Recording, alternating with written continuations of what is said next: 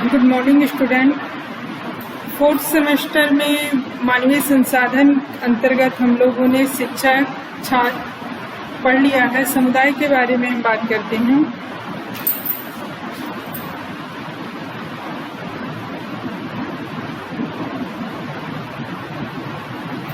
समुदाय क्या होता है? समुदाय अंग्रेजी भाषा में समुदाय को कम्युनिटी बोलते हैं।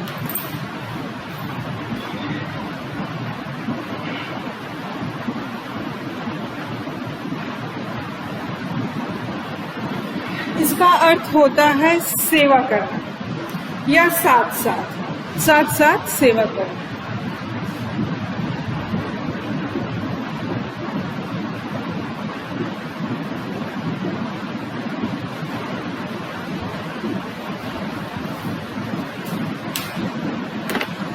तो इसको हम कह सकते हैं कि इसका सीधा सा अर्थ है एक साथ सेवा करना। इस प्रकार समुदाय एक ऐसा समूह है जिसमें रहकर समूह के सभी व्यक्ति एक दूसरे की सेवा करते हैं और एक समान जीवन बिताते हैं। किसी भी समुदाय के निर्माण के लिए एवं स्थायित्व के लिए दो या दो से अधिक व्यक्तियों का होना आवश्यक है। उसके लिए एक निश्चित भूभाग्य, निश्चित भौगोलिक क्षेत्र, सामुदायिक भावना और समान जीवन एवं नियमों आदि का होना भी आवश्यक है। समान समुदाय का क्षेत्र उसके सदस्यों की आर्थिक, सांस्कृतिक एवं राजनीतिक योग्यताओं पर निर्भर करती है। तो यहाँ पर समुदाय से मतलब ये है कि समुदाय एक ऐसा समूह है जिसमें हर व्यक्ति एक दूसरे के प्रति अपने उत्तरदायित्व और जिम्मेदारी की भावना को समझता है। यानी एक साथ मिलकर सेवा करना, जिसके अपने एक निश्चित लक्ष्य होते हैं और उस निश्चित लक्ष्य के लिए सभी लोग एक तत्पर होकर उस पर काम करते हैं। के डेविस के अकॉर्डिंग इन्होंने कहा है कि समुदाय सबसे छोटा ऐसा क्षेत्रीय समूह है जिसके अंतर्गत सामाजिक जीवन के समस्त पहलू आ जाते हैं। यानी कि समुदाय सबसे छोटा क्षेत्रीय समूह है जिसके अंतर्गत सामाजिक जीवन के समस्त पहलू आ जाते हैं। तो यहाँ पर जैसे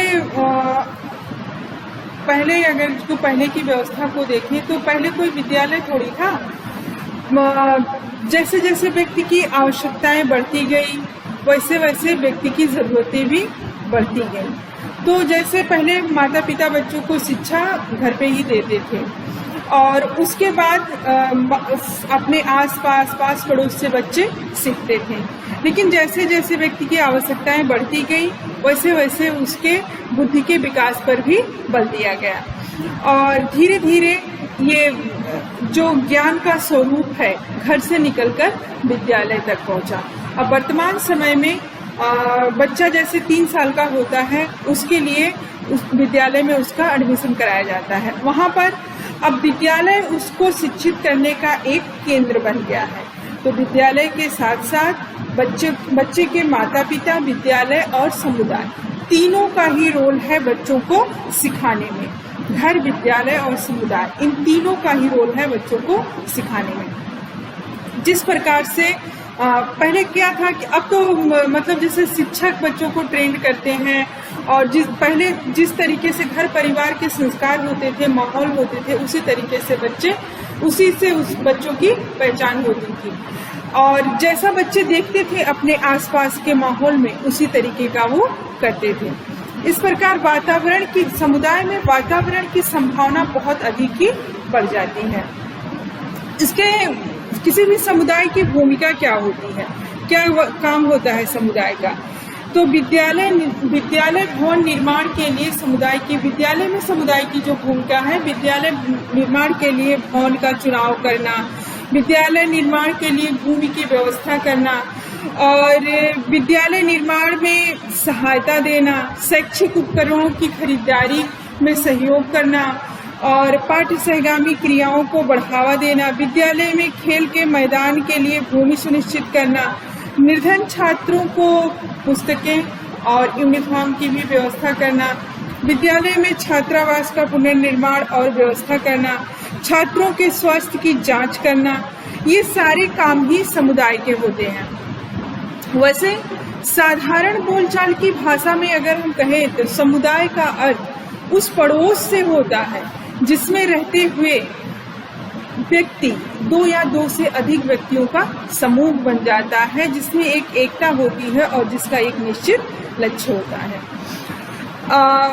यहाँ पर अलग अलग लोगों ने अलग अलग तरीके से इसको डिफाइन किया है। जैसे के डेविस के अकॉर्डिंग अगर हम देखें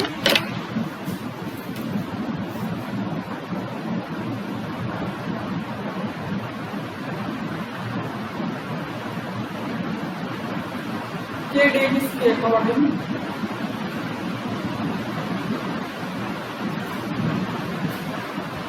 इन्होंने क्या कहा है कि समुदाय सबसे छोटा ऐसा क्षेत्रीय समूह है,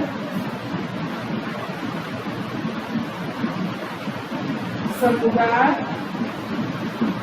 सबसे छोटा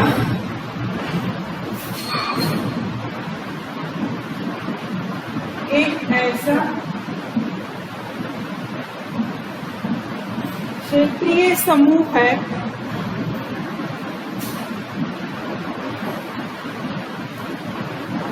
जिसके अंतर्गत सामाजिक जीवन के समस्त पहलू आ जाते हैं।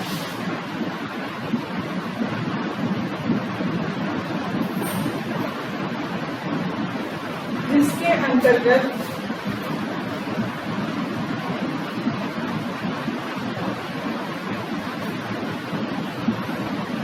सामाजिक जीवन के समस्त पहलू आ जाते हैं।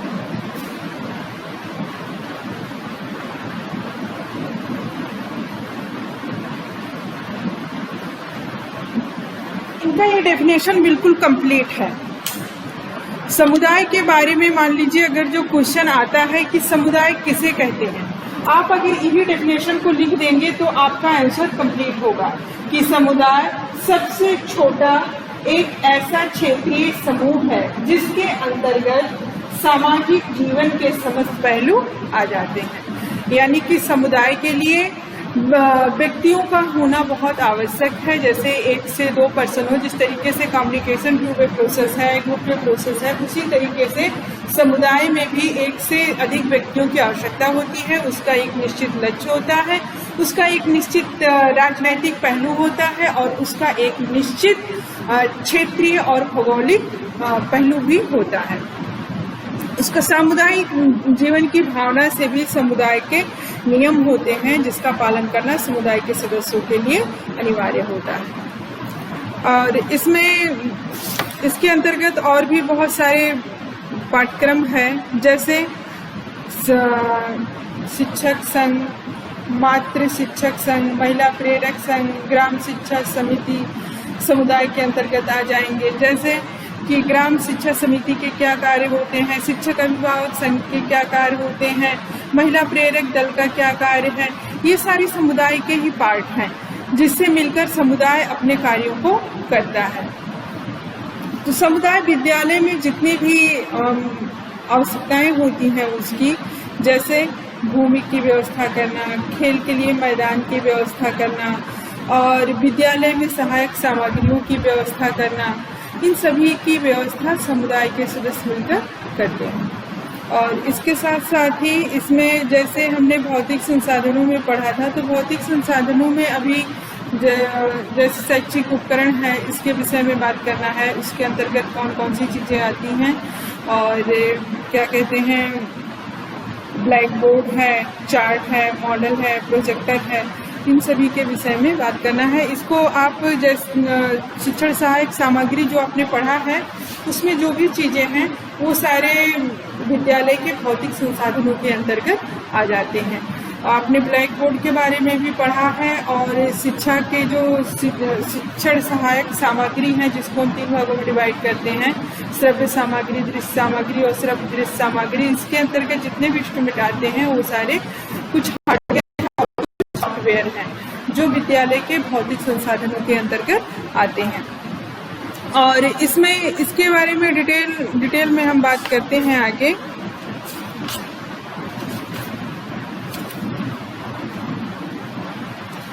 विद्यालय प्रबंधन में जिनका अपना मेन रोल है, विद्यालय के भौतिक संसाधन और विद्यालय के मानवीय संसाधन, इसको ये क्लियर हो चुका है। इसके अंतर्गत कुछ संसाधन है जो बचा है, उसके बारे में कल बात करते हैं।